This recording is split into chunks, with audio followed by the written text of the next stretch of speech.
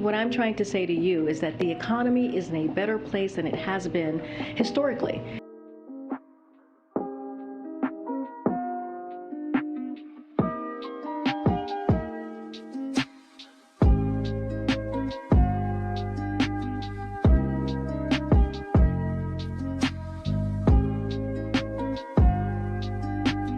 And nothing has changed on how we see the stock market. That's not something that we keep an eye on every day. So I'm not going to comment about that.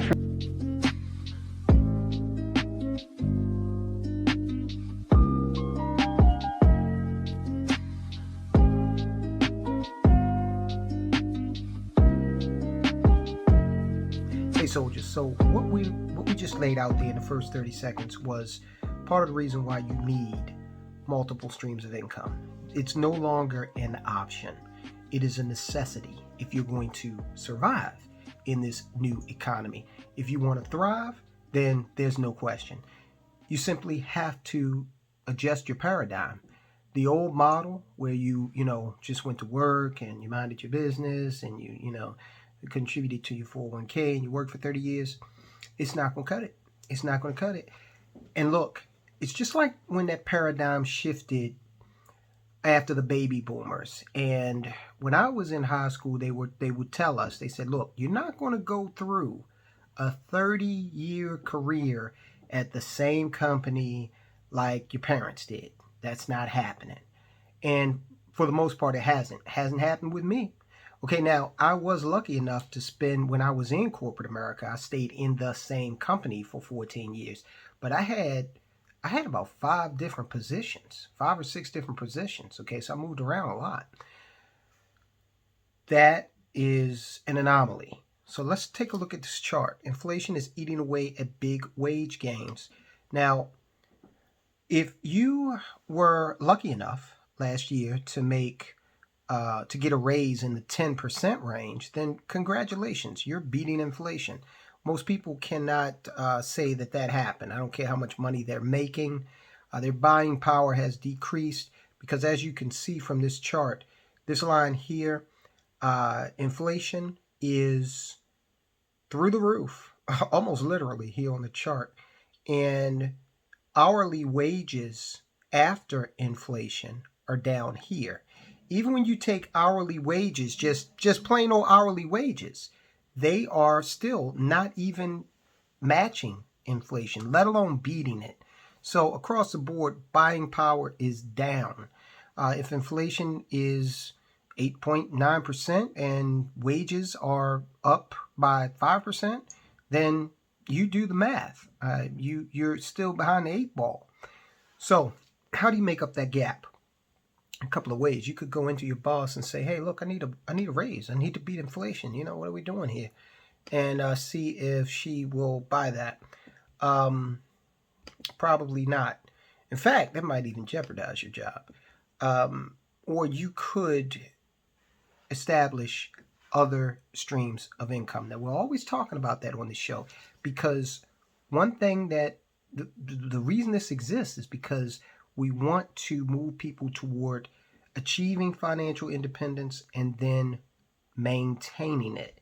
And if you look, we always try to look at the behaviors of wealthy people, and wealthy people have multiple streams of income. Okay, Warren Buffett has multiple streams of income. Elon Musk, Jeff Bezos, Oprah Winfrey, whoever you want to name, if they're wealthy, they have multiple streams of income. And I'm talking real wealth, okay? I'm not talking about a highly paid W-2 employee like a NFL quarterback, okay? It's quite possible that some of them do, have diversified with their money. But a large percentage of pro sports players are broke 5 to 7 years after they leave the league. Do the research on that. One of the reasons, I believe, is because they mistake being a highly paid W-2 employee for actually being wealthy, okay? They don't take into account the limited amount of opportunities they have to mitigate taxation on that W-2 salary, okay? They don't own the league. They don't own a team. They are an employee. They're a player, okay? So you've got to establish multiple streams of income.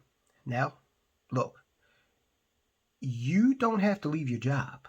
We're not suggesting that you necessarily have to do that, but you should establish a parachute just in case your job leaves you, which is starting to happen here. In the real estate industry in particular, you've got Compass and Redfin. These are brokerages, and they laid off a lot of their staff. Now, from what I'm told, these are not realtors, and that would be stupid to lay off the realtors because they're the people that bring in the money. But the back office folks are unfortunately being laid off. Compass announced a plan to slash 10% of its workforce, or 450 people.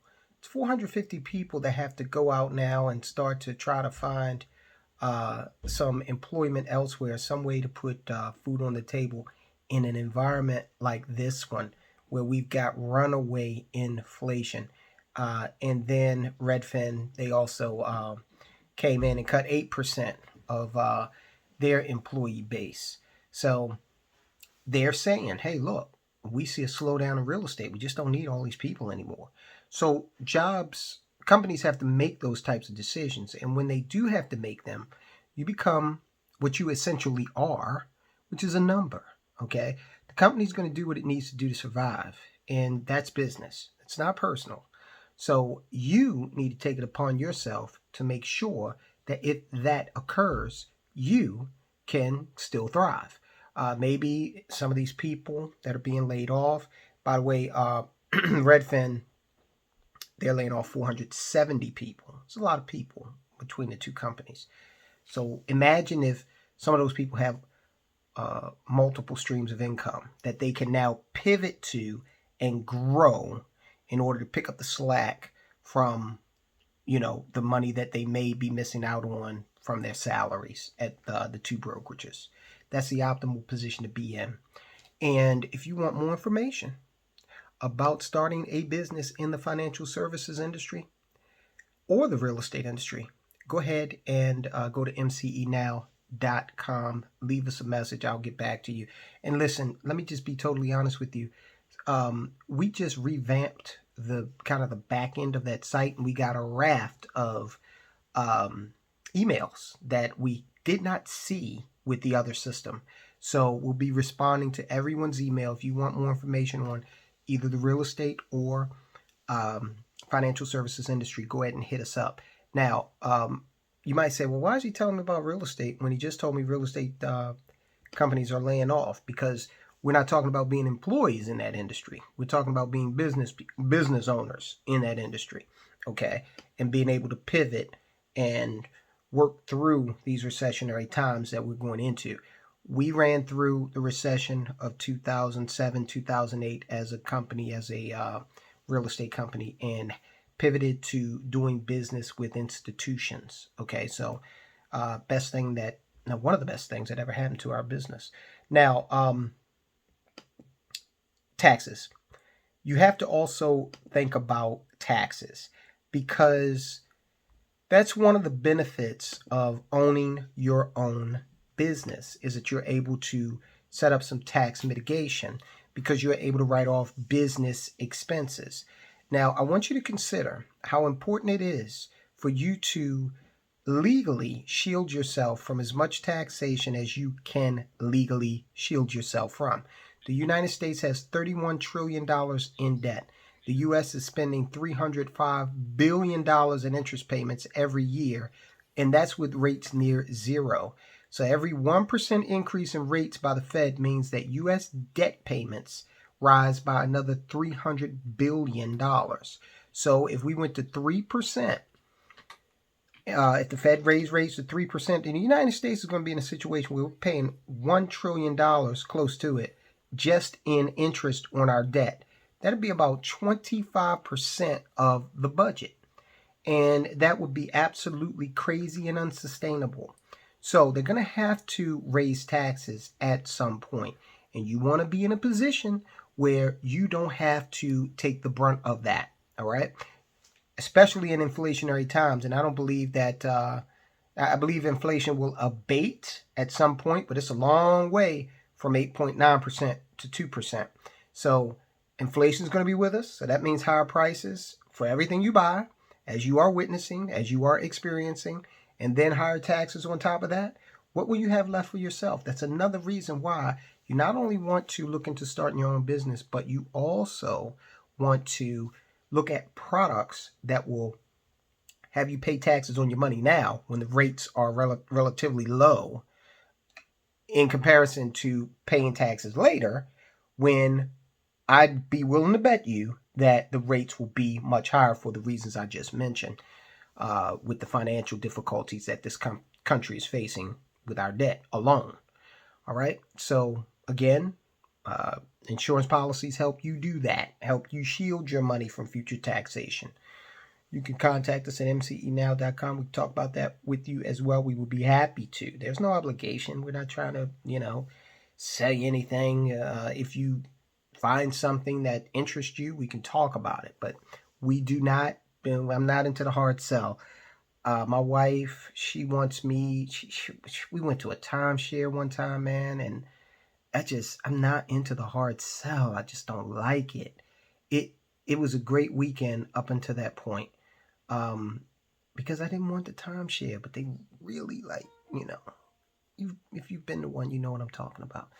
All right, so that is what's going on out there right now. I highly encourage you to diversify your income streams. Okay, if you got all your eggs in one basket, look at that. 900 people between Compass and Redfin, those real estate brokerages. To the extent that those people had all their eggs in one income basket, that basket has fallen and the eggs in there are scrambled. Okay, you don't want that happening to you. So, no one's coming to save you. There will be no more stimulus checks. That's done. Okay, and I can prove it to you because back in January or February, they quashed that whole multi-trillion-dollar bill. Joe Manchin came out and they tried to vilify him, senator from West Virginia. Now he's a hero. Because can you imagine where we'd be if they'd spent $3 trillion more on top of what we're already dealing with? Okay, so there's going to be no more stimulus. That ship has sailed. We did the story the other day about how people are actually missing meals because the child tax credit, that thing ended also. Okay, and no one's talking about starting it back up. So it's up to you. You have to create multiple streams of income. Let me say this and then I'll let you go. Don't think because you work for a government you are somehow insulated. All right, especially if you work for a state or a local government, because if we get into deep enough recessionary times and people start losing their jobs, then the tax base will decrease.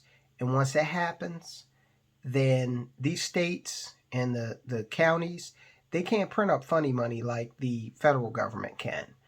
They don't have printing presses at your county seat or at your state house. So they'll be faced with the real world prospect of having to lay off employees. So don't get caught up in that. Don't think that just because you are at a state or a local employee that I work for the government, I'm good. No, nothing could be further from the truth in terms of these mostly uncharted waters that we're sailing into. All right, guys, I'll talk to you soon.